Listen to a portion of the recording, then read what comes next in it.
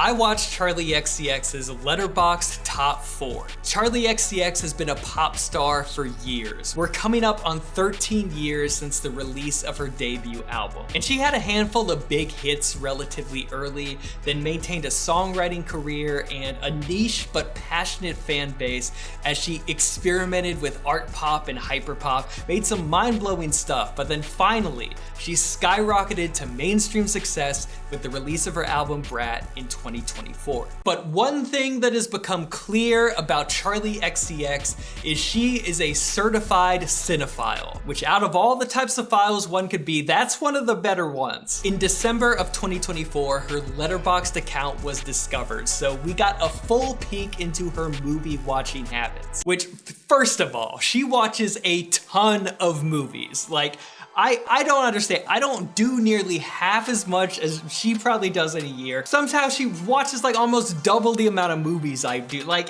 yeah, her Letterboxd account is really fun. We got such classic reviews as there were a lot of songs in this. OMG, hun, he's literally right there. And my personal favorite, watch this whilst George built Lego. I should say it British. Like, watch this whilst George built Lego. I'm sorry. And this was bad because my relationship with Charli went from just liking her music to fully parasocial. Like, I am now totally convinced me and Charli would be friends. But beyond just watching films, filmmaking is becoming more and more of Charli's output. As of recording this, her movie The Moment is a week away from release. It is a fictional account of her touring during the Brat era. Then 2 weeks after that, her next album is a soundtrack for the film Wuthering Heights, which will be released along with the movie. And Charli said on her Substack that she is finding more inspiration from film now after so much of her world being wrapped up in the musical world of Brat. Even while all the Brat stuff was going on, she was taking advantage of her newfound status to get more into acting, appearing in Eruptia, Sacrifice, 100 Nights of Hero, and she is still set to appear in 3 films that have already shot and 2 that are about to shoot. So she is all in on the film thing, which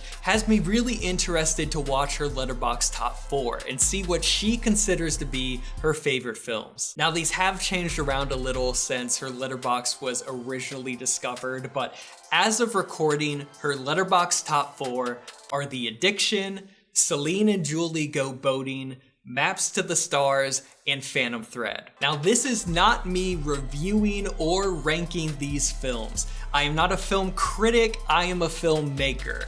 What I am interested in is seeing what these films might tell us about Charli XCX herself. I am curious to see if we find any through lines between these 4 films and what these films reveal about the artist who chose them.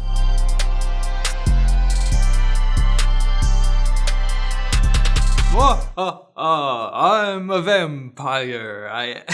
So my plan was to do the thing and get a little costume for each movie, but we have ice in our city, the less lethal kind, but it still prevents delivery, so this is what I had in my house. The Addiction is a vampire movie that draws a metaphor between a vampire's thirst for blood and humanity's thirst for violence. And while the term elevated horror could be a little reductive, this is definitely a movie that's very in your face about its themes. It really wants you to chew on these moral concepts. You can't engage with the film without doing that to some degree, but at the same time, it's also a genre film. Some horror audiences aren't into that. Some people only like horror movies like that. Personally, I'm a fan of all sorts of horror movies, and I am a fan of how this one is executed. The Addiction was directed by Abel Ferreira, who, if you're a newer film fan, you will know him as the dog owner in Marty Supreme. Now, when I first clicked on this film's Letterboxd page, I immediately noticed a banner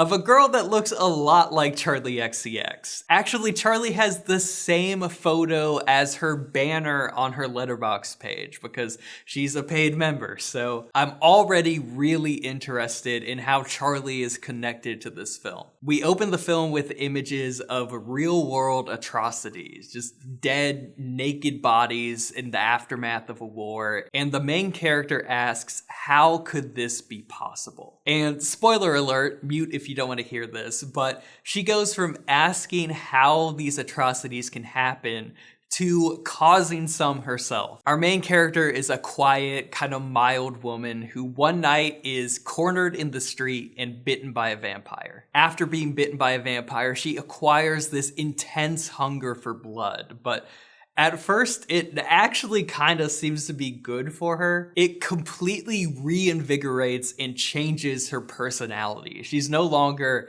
as quiet and meek as she once was because this vampiric infection comes with this newfound power. There's this recurring thing in the movie where right before specifically a woman is attacked by the vampire tells the woman to command them to go away. Like every time they specifically say, tell me to go away. Don't ask, tell me. And the woman always says, please go away. And that's the moment where the vampire attacks. So the way I take that, like, it's almost a way for the vampire to lure people into evil. Like, because they know these victims don't feel empowered, they feel helpless, but once they're bitten, that's about to go away. The helplessness they feel, they will never feel again. They will go from being prey to being the predator. So our character feels this new sense of self. She feels this new confidence after she becomes the predator. Not like the Trachtenberg predator. You know what I'm talking about. When you have that power, no one can push you around. You can get what you want. And for a little bit, it feels good. It feels good to take charge and to get what you want, not bothering yourself with the feelings of others. So the film starts to ask this question: is it better to be prey or be the predator? Now, when I first had the idea for this video, I thought I would have to do some really deep digging into the themes and the messages to try to find a connection between the films and Charli XCX. But turns out that no, it's not that hard. In this film, it's actually right in your face. The entire Brat ethos is on display in this section of the movie, and not just the general vibe, but Charli XCX's entire style throughout the Brat era is lifted directly from this movie. And I am not exaggerating. Like, the glasses, the all-black fits, the cigarettes. Charli XCX has essentially been cosplaying as her favorite movie character this whole time. And yeah, smoking is bad for you, but unfortunately, it does look really cool. So yeah, at this point of the movie, the character is very Brat. The song Mean Girls specifically, like, could have been written about her. So there's this part where the film posits an interesting thought. The idea that history repeats itself is not true. Like,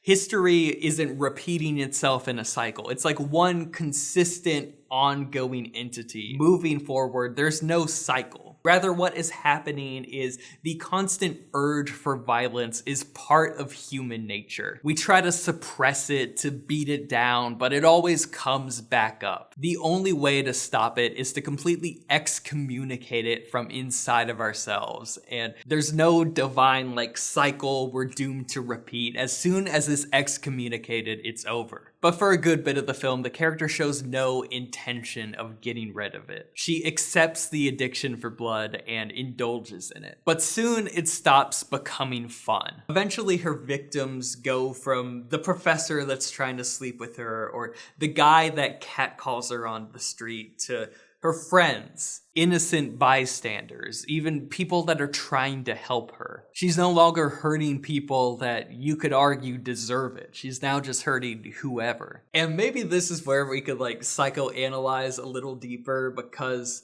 Could her connection to this movie possibly have something to do with her career as a musician? Like, being in the arts as your profession can be brutal. Like, nothing is handed to you. There are so many people competing for very few spots. And that relentless drive to get to the top can be an addiction. Like, it could make you very selfish and you could hurt those close to you. It's a dog-eat-dog world. It's either kill or be killed. You gotta claw your way to the top. Being the top dog requires sacrifice. That's how a lot of people treat the entertainment industry. And you could get caught up in all that. Playing that game could feel good for a moment, but even when people get where they wanted, it doesn't always make them happy, and they're filled with regret of what it took to get there. And not everybody treats it that way, but there's always somebody close to you that kind of does treat it that way. And as someone who's spent a long time in the industry but didn't get to the top until very recently, Charli has probably witnessed that happen a lot. Witnessed a lot of people that treat the industry like that, and maybe even got caught up in that rat race a little herself. Having this thirst, this hunger, having it consume you, and then realize you're making choices you don't want to be making. Charli did spend a good bit of Brat wondering if she was making the right choices in her life, or if it's come time to make a change and live her life differently. Like, the transition between Mean Girls and I Think About It All the Time is a pretty stark shift, and it's pretty similar to the shift that happens in this movie. So I don't want to give away a lot of what happens in the second half, because you should watch this movie for yourself. I do recommend it, but I do like all the philosophical discussion that is in here. You're presented with a hodgepodge of all these different popular philosophies, borrowing bits and pieces from many different ideologies as the main character is trying to work through a solution for her addiction. And I will say, I grew up very conservative Christian, so I was not expecting to hear R.C. Sproul quoted in this. I have not heard the name R.C. Sproul in a long time. And the end does end pretty Christian, or maybe that's not fair. Like, the basic philosophy we conclude with is present in many different religions to a degree, but in this movie there's a lot of imagery of Jesus. It ends with the character realizing that she has to deny herself. She has to die to herself and kill her earthly flesh and be reborn, and that's how she ascends beyond the addiction. And it does make me wonder, like, since so much of Brat captured the fun era of the vampire character, like, will Charli have some sort of come to Jesus moment in her life, whether it be personally or at least in her art? Brat ends with her finding this kind of happy medium in her life. It's not like as stark as a shift as what happens in the movie. So Charli, like, actually finding Jesus in like a Kanye or a Bob Dylan way is pretty unlikely, but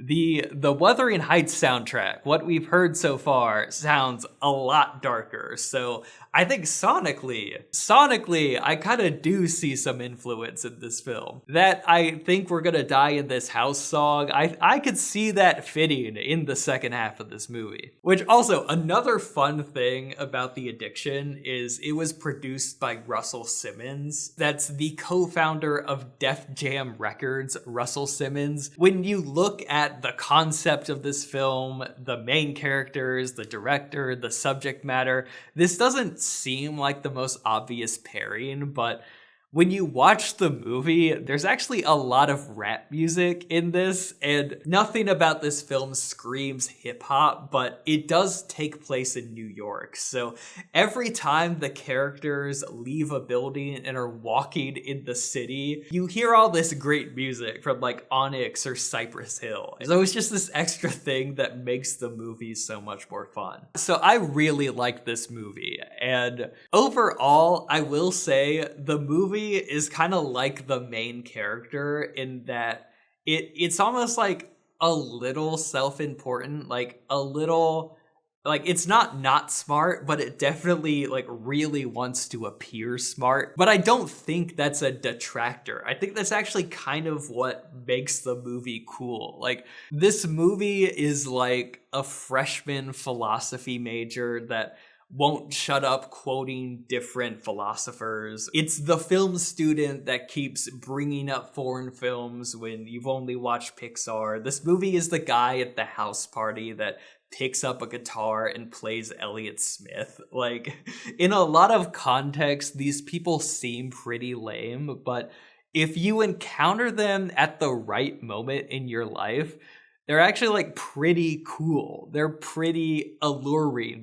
If you catch them at the right time, they like open you up to things you haven't been exposed to, haven't thought about. Like, this movie almost embodies all those people, but in the best possible context, in a context that's very flattering for them. And the main character in this movie is cool, but she's also unapologetically weird. Like, she doesn't look like everyone else. She doesn't dress like everyone else. She would rather be buried in a book or mulling over the way the world works than doing anything else. She doesn't edit herself at all to be more pleasant to everyone else. She's also pretty antisocial, but not only despite all that, but because of all that, she's really alluring. And that reminds me a lot of Charli XCX. It reminds me a lot of Brat. Charli has always been different, and she became an it girl by not conforming, by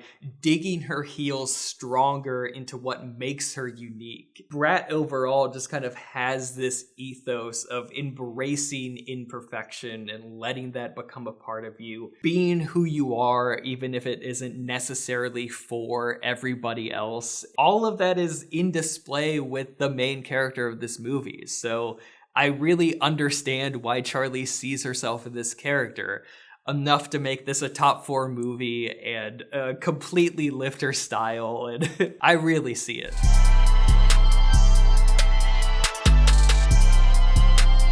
Celine and Julie Go Boating. This is a French film directed by Jacques Rivette that was released in 1974. At one point in this movie, the two main characters dress just like this to commit a robbery. And I know what you're thinking. You're thinking, surely they didn't dress exactly like this. And you would technically be correct, because they also had roller skates on. Now, I had never heard of this film before, but I instantly got excited when I read Charli XCX's Letterboxd review, because it reads just like a verse on Everything is Romantic. Red mouse beard, strawberries crushing glass, sugar kisses, 4 o'clock snacks, London heat wave, post Glassberry come down, ice bath reveal, Celine and Julie. And that's one of my favorite songs on Brat, so I was instantly excited to watch this. This film is currently only streaming on the Criterion channel, but I just happened to be Christmas shopping in Asheville, so I stopped by Orbit DVD, and look what they had. They had the movie. I held that upside down. They had the movie. So I get home so excited to watch it, and then I realize, oh no, it's a Region B DVD. And I don't have a way of breaking my DVD player. I don't have a region free DVD. I didn't even know until very recently that there are different DVDs that work in different parts of the country and not others. So, oh no, looks like I'm getting the Criterion channel. But look, evidence. They don't have the face stuff on, but this is how they dressed during that robbery. So given the title and the Letterboxd review, I was expecting some sort of travel movie, like some sort of cute and quirky movie about 2 people on a boat, but that is not this at all. So it starts with Julie sitting on a park bench when Celine walks by, he was a stranger at this point, and drops a pair of, I think, sunglasses. And Julie chases after her, but she completely ignores her, keeps on walking. She has this like big bag of stuff. And as she's walking, she keeps on dropping more clothes and other things out of the bag. And Julie keeps picking them up, trying to run after her to give all the stuff back. And It's this really funny scene that goes on and on. Celine keeps dropping stuff. Julie picks it up and puts it on and runs after her. They go all throughout the city. And finally, when the two finally meet, Julie is dressed just like Celine because she's wearing all of the stuff she dropped. So this is the start of the friendship between Celine and Julie. And Celine is this really cool girl that Julie is instantly obsessed with. So much so, she offers her a space in her place to live. And all these fun hijinks ensue. Like, one of the funniest ones in particular, Julie has this old love interest that they've reconnected over the phone, and they're talking about getting married together, like it's getting serious. So they're trying to coordinate a time to meet in person for the first time in years. So Celine answers the phone one day when Julie isn't there and pretends to be Julie, and then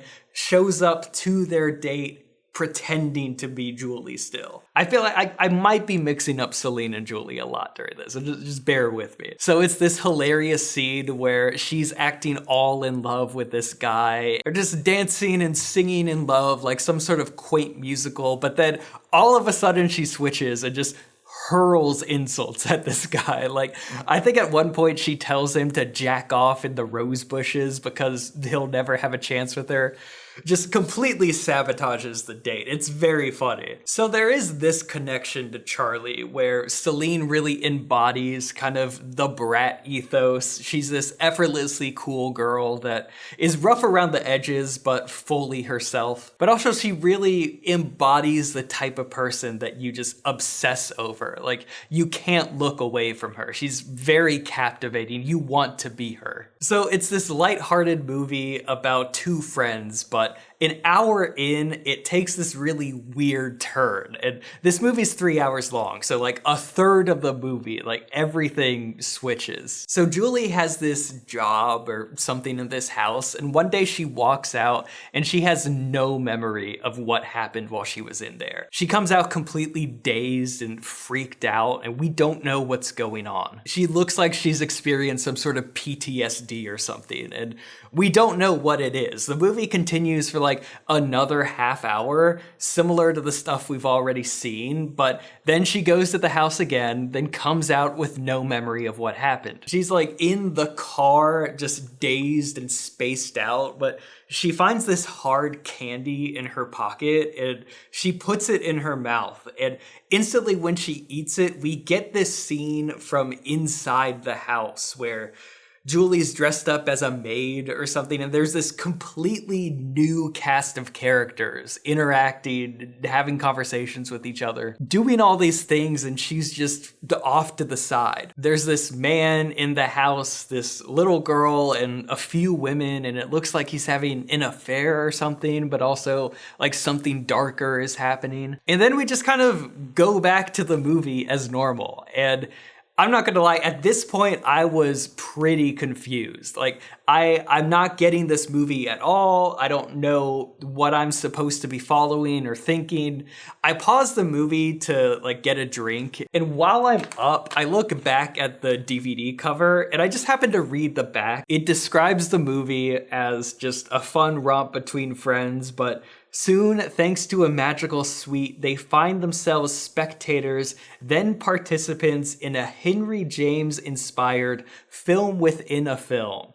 A melodrama unfolding in a mysterious suburban house. And then all of a sudden, it starts to make sense. Everything clicks, and this is why I'm not putting this in like a spoiler section or anything, because I think it's really helpful to know this going into the movie. This is a very untraditionally structured film. And from here, I was able to enjoy the film without wondering if I had missed something, and from here on out, I got a lot more out of the film. So the girls go to this house where it's almost like they've crossed dimensions, and now they're in this mystery show, trying to solve the mystery of who killed the girl in this house. Then they come out of the house at the end of the day, their memories are completely wiped, but they have these pieces of hard candy in their pockets, and when they put it in their mouth, they remember as long as the candy in their mouth lasts. But then all the while, like, the other movie is still happening. We get more scenes of the mystery movie, but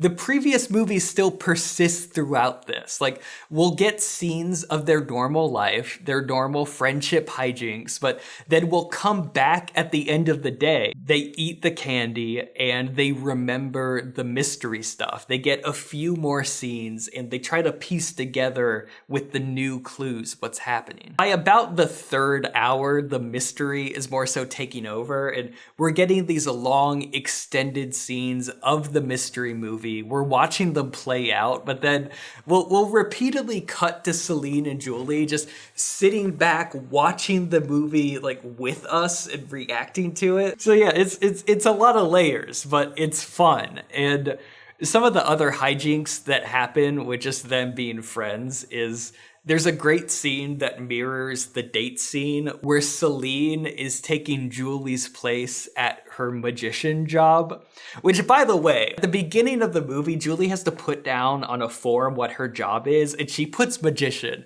And I think she's joking, but no, it turns out it's serious. She is actually a magician.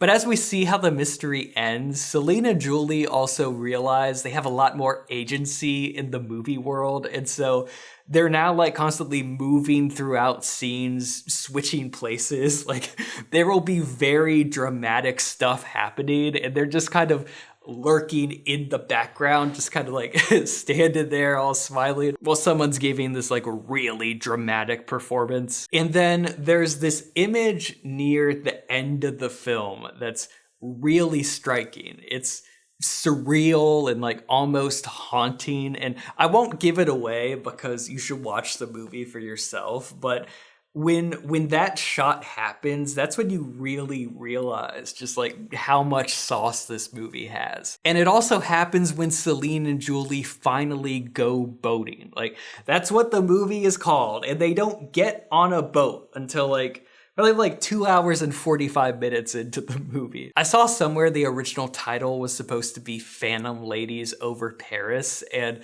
that honestly does fit the movie a lot better. But overall, this is a really fun film, and while it was initially a little more challenging to watch, I think about this movie a lot now. Like, I'm constantly remembering funny little bits and laughing to myself. Like, it's a 3-hour movie and a lot of stuff happens that I didn't talk about. So I definitely recommend you watch it. As far as how it relates to Charli, like, we talked about the it girl aspect of it all, but more broadly, it's also a great depiction of female friendship. Like, we don't have to guess a lot with this one. We have a little more insight on this movie because Charli wrote about it for a Substack magazine, and in that she says, "I feel seen when I watch Celine and Julie. I've definitely fallen in love with a best friend and basically wanted to steal their clothes, their vibe, and essentially become them.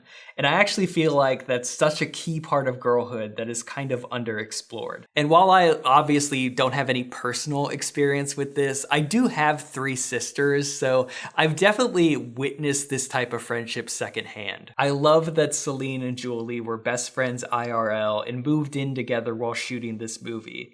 When the line between art and reality starts blurring, that's when my favorite things are made. And they have this sense of mischief akin to the girls from Daisies that I just love. Perhaps you could say it's even kind of Brat coded. Hee hee.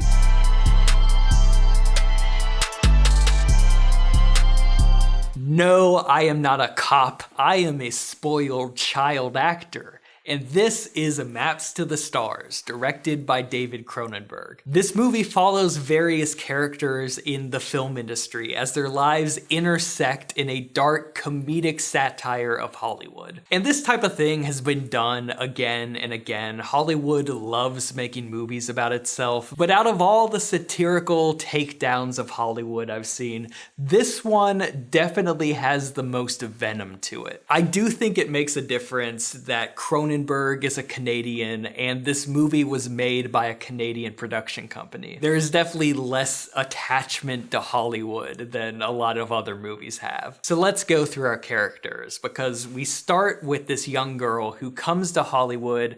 She has hope and stars in her eyes, and she hires a limo driver to drive her around. The limo driver is played by Robert Pattinson. I didn't realize until this movie that David Cronenberg was one of the first directors to see potential in Robert Pattinson, like post-Twilight. And not only is this the second movie Cronenberg did with Robert Pattinson, it's the second movie where he plays a limo driver. Then there's this actress whose mother was another famous actress who died in a fire, and she is trying to get a role playing her mother in a biopic. Then there's this child actor who's a loose cannon and fresh out of rehab from a drug addiction. Like, this kid is supposed to be 14 or something, and he's already gone through rehab. That's the type of thing we're dealing with. And he's trying to negotiate a deal to appear in the sequel of his hit movie, Bad Babysitter. His mother is kind of acting like his manager or something, and then his dad is a motivational speaker and like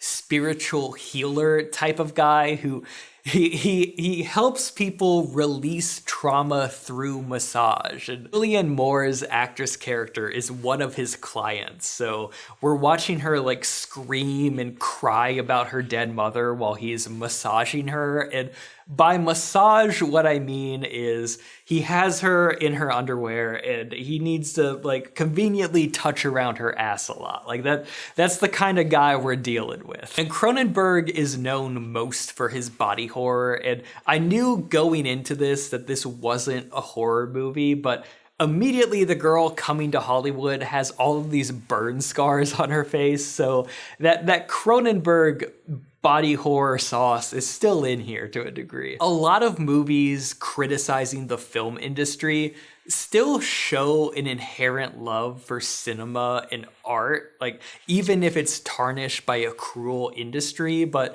this movie has none of that. It doesn't have any affinity for art because it doesn't recognize any art in Hollywood. You could just feel the absolute loathing this writer and this director have for Hollywood and the people that make it up. Julianne Moore is incredible in this role. Like, she does this thing that I haven't seen portrayed a lot when Hollywood plays itself, but I've personally encountered with some of the more famous people I've worked with. Like, successful people in the public eye, like, often revert to this childlike state. Like, part of being an artist requires you to be in touch with your inner child and make a lot of impulsive gut choices and have big feelings, big emotions. But there's also this certain level of success where you have a lot of people in your life that are now doing a lot of things for you. Like, other adults are shuttling you around, someone else is scheduling your day, bringing you here at this time, getting your food and your drinks and doing your chores and errands for you. Charli XCX even describes this herself in her Substack, where she talks about the realities of being a pop star and how so much of your day is planned out. You're just being shuttled around and following orders. And if you aren't grounded throughout all this, you really can just turn into a child. Like, this is how children live. So without giving everything away, the main crux of this film is Hollywood doesn't have any original ideas. It's an industry that's supposed to be built on art, the purest expression of the human soul, the apex of feeling, but it's been corrupted by all these people that just don't feel anything. They have these lives of luxury, but they're absolutely miserable. Like, they're so sociopathic, they just repeat everything they've done before because they have no feeling to even like guide them to something new. And this goes way beyond just the movie industry pumping out sequels and reboots. Like, it gets to the point where all the children in this movie are just trying to repeat their parents. Like the actress character is literally trying to be her mom by embodying her in a role. And she's playing her mother in one of the most traumatic experiences of her life, but she's like swallowing all that down because she doesn't know how to do anything else but try to be her mom. And here's where we'll get into spoilers, so mute if you don't want to hear this, but with the children trying to repeat their parents thing, the kids in this movie are children of and they are trying to have an incestuous relationship with each other, just like their parents did. And the main metaphor this movie is drawing is it draws a line between Hollywood's constant repetition, comparing that to incest, basically. Like, it's really messed up, it's really dark, but it's also a dead-on metaphor that reveals a lot of truth, and that is Cronenberg's specialty, something really messed up that reveals truth. And the difference between the kids and their parents is they realize how messed up this is and that the cycle has to end. So they make the sacrifice and off themselves to keep the cycle from continuing. And this really gross incest stuff being a metaphor for Hollywood regurgitating itself over and over again, each regurgitation being way more messed up and like soulless and wrong than the last, like, feels very Cronenberg. Classic Cronenberg stuff here. So yeah, given all that, like, this movie might not be for everyone. When I said dark satire, I really meant the dark part. But I mean, if you could handle that, like, this is a really good movie, and it's also really funny, like, again, in a really messed up way. Like, there are a lot of clever jokes in this thing. And Maps to the Stars definitely feels like something Charli could have had a very direct experience with. An industry designed to make art but has no artistic impulses at all, just a snake eating its own tail. Charli has always had an affinity for pop music, but she also has both, like, a lot of authenticity in her lyrics and also a lot of experimentation in her instrumentals, which both of those could be kind of rare for pop music. Like, there are definitely people in this realm that are really just trying to regurgitate what is already popular or boil things down to the most agreeable, like, boardroom approved, this could appeal to the masses type of thing that could really water down a lot of personal expression. This movie is also really interesting in regards to Charli because this same month, Charli is releasing a movie that is her satirical exploration of the music industry. From what I've heard about this movie so far, it explores what happens when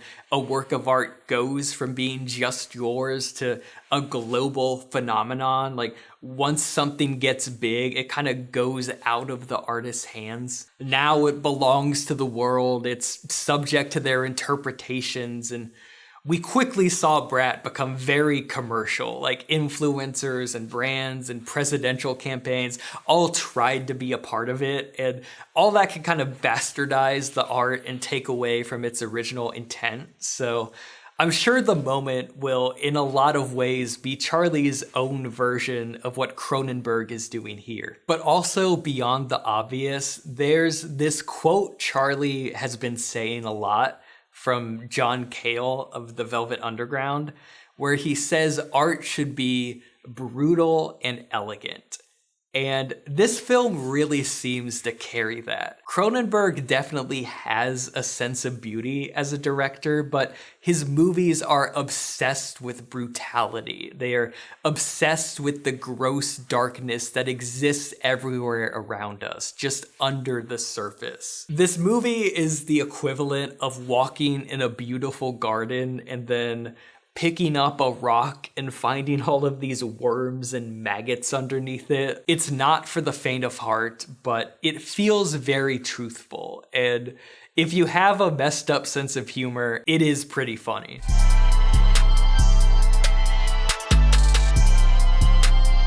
Phantom Thread is about a dress designer and him navigating his new relationship and balancing that with his work. Okay, this is the reference. This is the photo I was trying to recreate. Did I nail it? I think I nailed it. So this is actually the first movie in this list that I've already seen. I love Phantom Thread. It's actually my favorite PTA movie. So in honor of my favorite Charli XCX review, I will be watching this movie whilst building Lego. So going into this movie, I definitely expected the aesthetics to be very in line with Charli.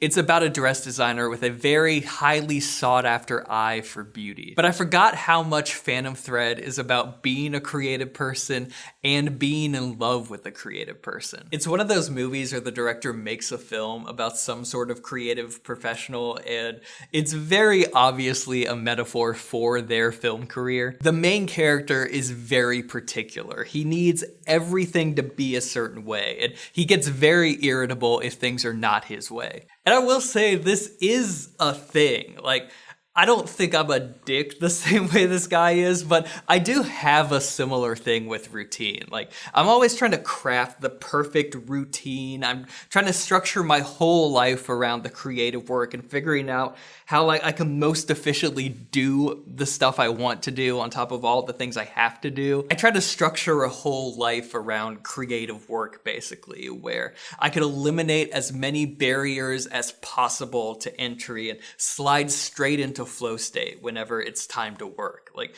working at the same time on the same type of thing every day, it just helps you dip into the zone a lot quicker. So this man's obsession with routine and needing things to happen at the same time every day, I do kind of get that. And this film is very elegant and pretty, but I also forgot how funny it could be. Like, Daniel Day-Lewis is funny in this. His self-seriousness could read pretty humorous, but he also takes himself 100% seriously. And I didn't realize before that his name in this movie is Reynolds Woodcock, so, you know, I think that points to him being a bit of a dick. So instantly, this is a movie where Charli can clearly relate to living a life as a professional artist. There's some tendencies in Woodcock that every artist could probably recognize in themselves to a degree, but Charli has probably also encountered a lot of people that are just clearly dicks in the same way that Woodcock is. They're completely self-obsessed. The world revolves around them.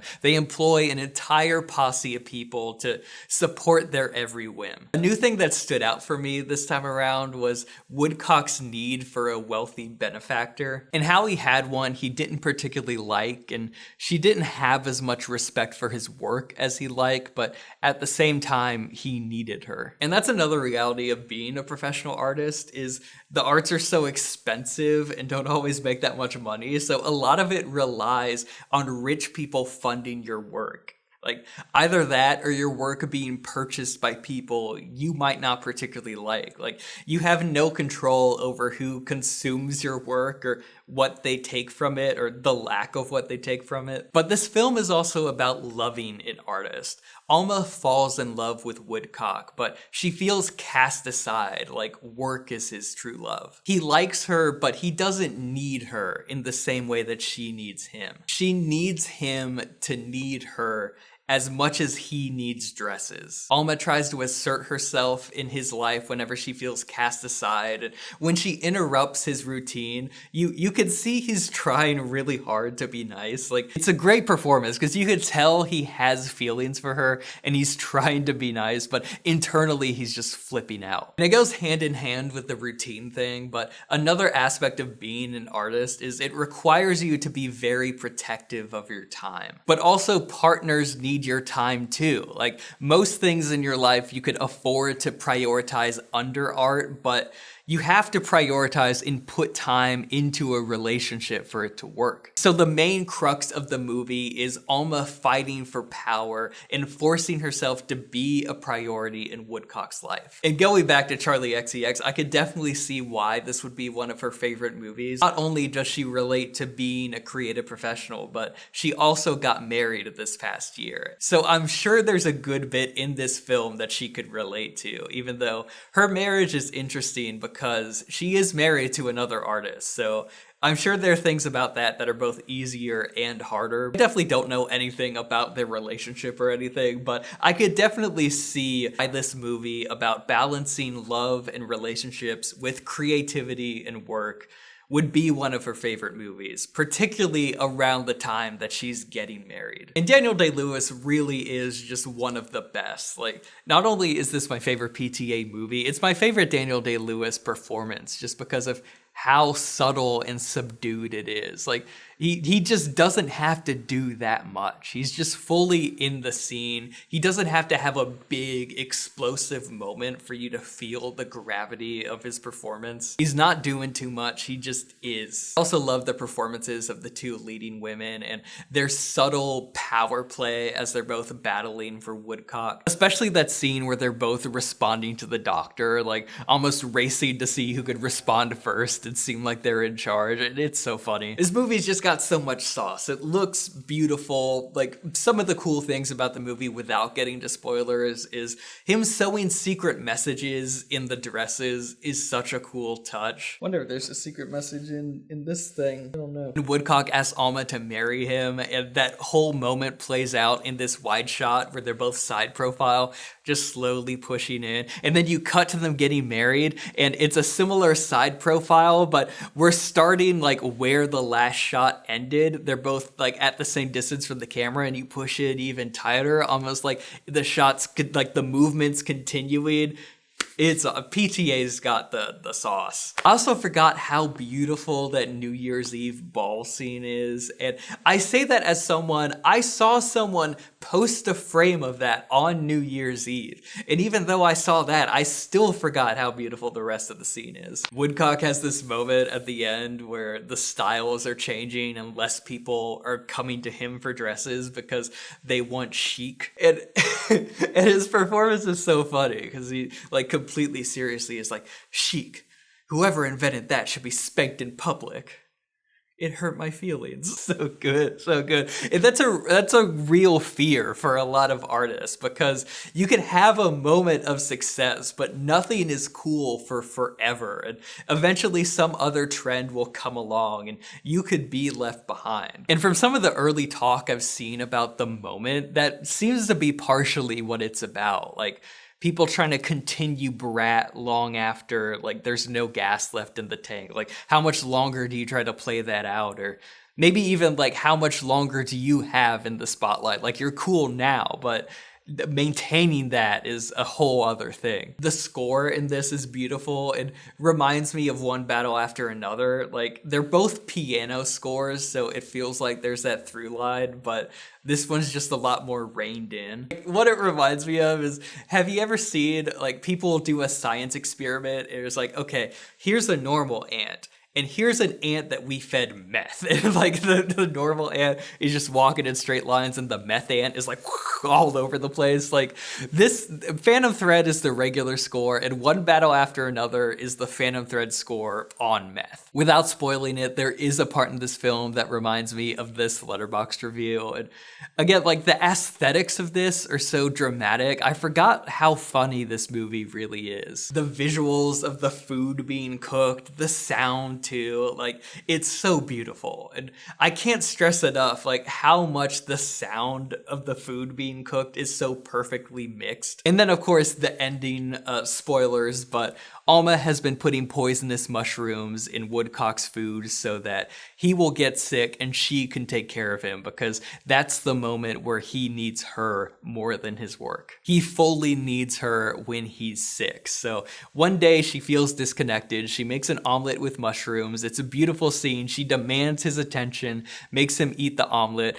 and then it's revealed that he knows it's poisonous. He knows that she's poisoning his food, and he's into it. That last line where he says, "I'm getting hungry," and she sort of smiles because they first connected through food. Like, the way that he connects to people through dresses, through dressing her, she connected with him through cooking him food. And now she's cooking him food that's bringing them closer together, albeit in a really messed up way. And so the last line in the film, he's talking about being hungry so she can make food for him. And the last shot of the film, film, he's dressing her. So it's like they're both connecting with each other through their passions. It's beautiful. It's perfect. So this really is all the Charli things. It's a film full of beauty. There's beautiful clothes, beautiful buildings, beautiful people, but there is a darkness underneath. And on top of that, a real vulnerability. Like, all the darkness comes from the innate human urge to feel loved and to feel needed. And when the characters don't get that, when they don't feel needed, they do crazy things. Also, so many of Charli's songs are about love, which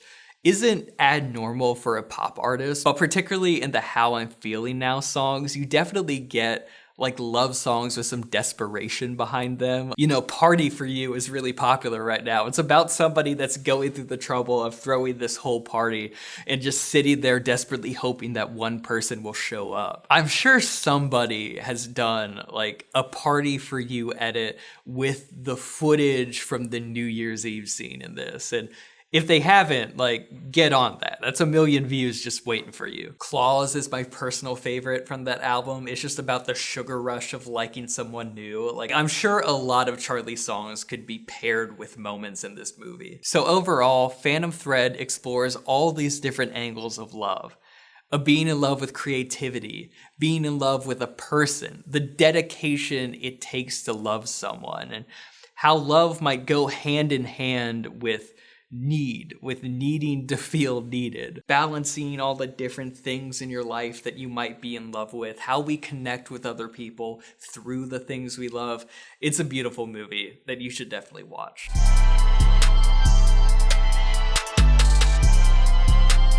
So the point of all this was to see what these 4 films tell us about the person. And what I gathered from all this, first of all, is Charli's identity as an artist. Back to the John Cale quote about art being elegant yet brutal, Charli values beauty and aesthetics, but is interested in inspecting the darker elements underneath. She's very interested in people's true nature and how beauty can sometimes mask a darker shadow self underneath. All these films have secrets in them. Celine and Julie is the only film where the main characters aren't hiding something. And even then, there's still this larger mystery element in the movie where these proper upper class people do have a secret and are hiding something. There's also a lot of big characters in this that just have this unquantifiable it factor to where they're alluring, they draw you in, you can't help but marvel at them. Kathleen, Celine, Woodcock, they all draw you into their orbit. These characters are very self-assured, they know who they are and they don't apologize for it. And those 3 movies very clearly have the one main character that everyone else just gets pulled into their orbit. And I would argue that Maps to the Stars is almost how people with that quality, it's like the darkness of that. It's how people with star power could end up getting away with very depraved things because people are willing to look the other way. And how decades upon decades of an industry built on people like that could end up creating this really ugly thing. And watching all these movies, I think it does point to this main battle that you see in Charli's artistic output. Particularly in Brat, there is this constant push and pull between the powerful it girl, the pop star, and all the insecurities that lie underneath. It feels like Charli is trying to reconcile both sides of herself in her art and not present just one at the expense of losing the other. In her Substack post, The Realities of Being a Pop Star, she says it's fun to pretend. She likes her artists to be these big, larger-than-life, hedonistic figures, even if it is just an act and it's not real. And on one hand, Charli is definitely that. Like, the idea of Brat is just this played-up persona, but she also feels a lot more grounded and real in her art than a lot of other pop stars in a similar vein. She could somehow present this larger-than-life hedonistic figure, but at the same time have this vulnerability that feels very personal and real. And that's what a lot of pop stars are missing, but I think that's what makes Charli XCX work. It's like how an engine works, like a piston being pushed down just to come back up and be pushed down again. That constant push and pull is what makes a wheel turn. So that dichotomy is the push and pull in the engine that drives Charli's work. Or maybe it doesn't.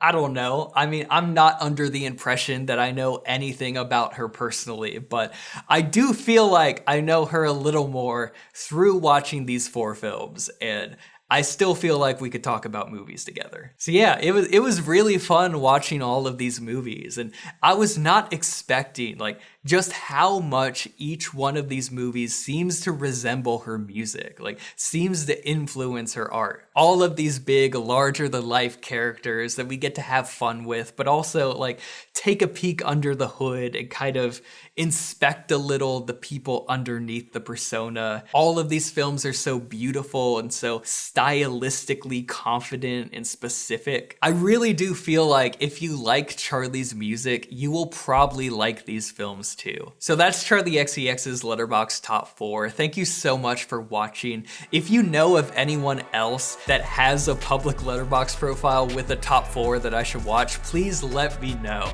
I definitely want to do this again with someone else. I know Mike Flanagan has a public Letterboxd profile, Sean Baker does. If there are any other musicians or even like YouTubers or something, I'd love to check it out. Also, I mentioned I'm a filmmaker. I'm currently in the final stages of my horror short Locked In. It's a horror film that takes place in a recording studio. I'm currently working with the colorist, the composer, the sound designer on all of the finishing touches, and I'm doing a lot of the VFX in this film, so I have a lot of VFX shots to do. I should probably be doing them right now instead of recording this video. There's a lot to do, but the film is almost done and I can't wait to show it to you guys. So subscribe to this channel if you want to see it when it comes out. Let me know in the comments if anyone else has a good Letterboxd Top 4 that I should check out. I'll see you guys soon.